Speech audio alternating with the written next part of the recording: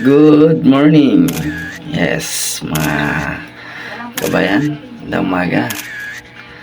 Tayo ngayon ay nasa GTX Market Avenue corner in front of COL Market Avenue, Pasig City.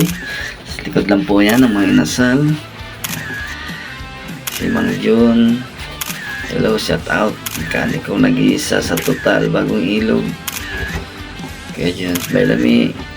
Morning. Alagang pusa ni Kuya GTX. Shout out sa mga alagang kuting at mga cute na aso sa team Botis 5. Shout out sa inyo. Yan pong mga kong kababayan, ang rotor disc importante pagkat yan po ang nagpapahinto sa mga sasakyang tumatakbo. Importante ating gulong kondisyon, mga kagamitan, preno, check. Tapos na nga po si Kuya John.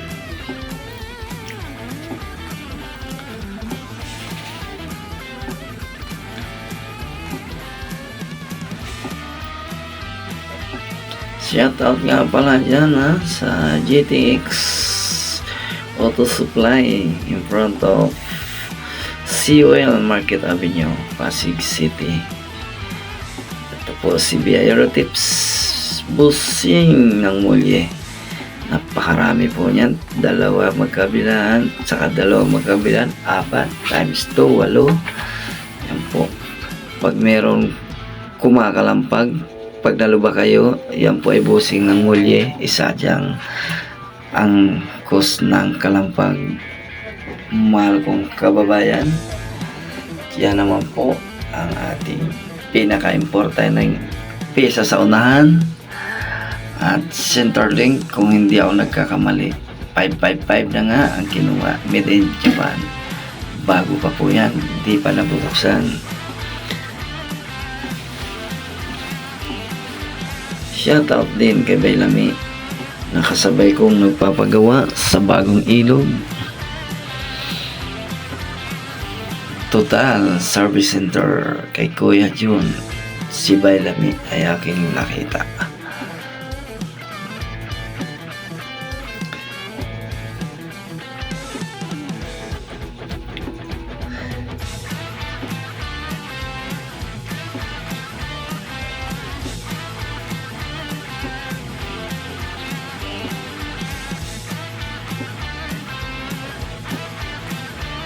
Mahal kong kababayan at mga kaibigan, yun po ang humahawak pang ilalim unahan sa ating pagliko kaliwa, liko sa kanan, yun ang center link. Likodan, dito tayo sa likurang Mulye.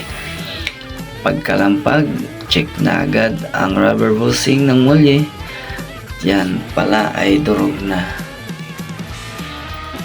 Walang problema dyan. May pamalit tayo dyan na bibili sa lahat ng auto supply. Yan na nga po, isasalpak na yung bago. Baklas ang lumang parte ng Mulye busing.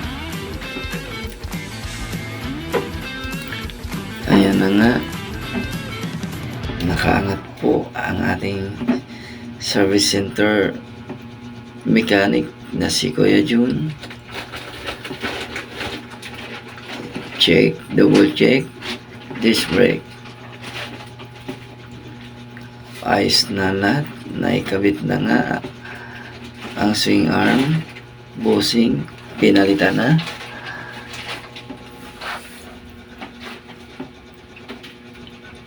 Kailangan pa ipapress machine sapagkat yun ay malaki at matigas na matigas. Machine shop ang kailangan dyan. Bago na po yan. Sa GTX meron po silang pang press machine. Salamat dyan po ang kanilang mga alaga. tulog na pusa.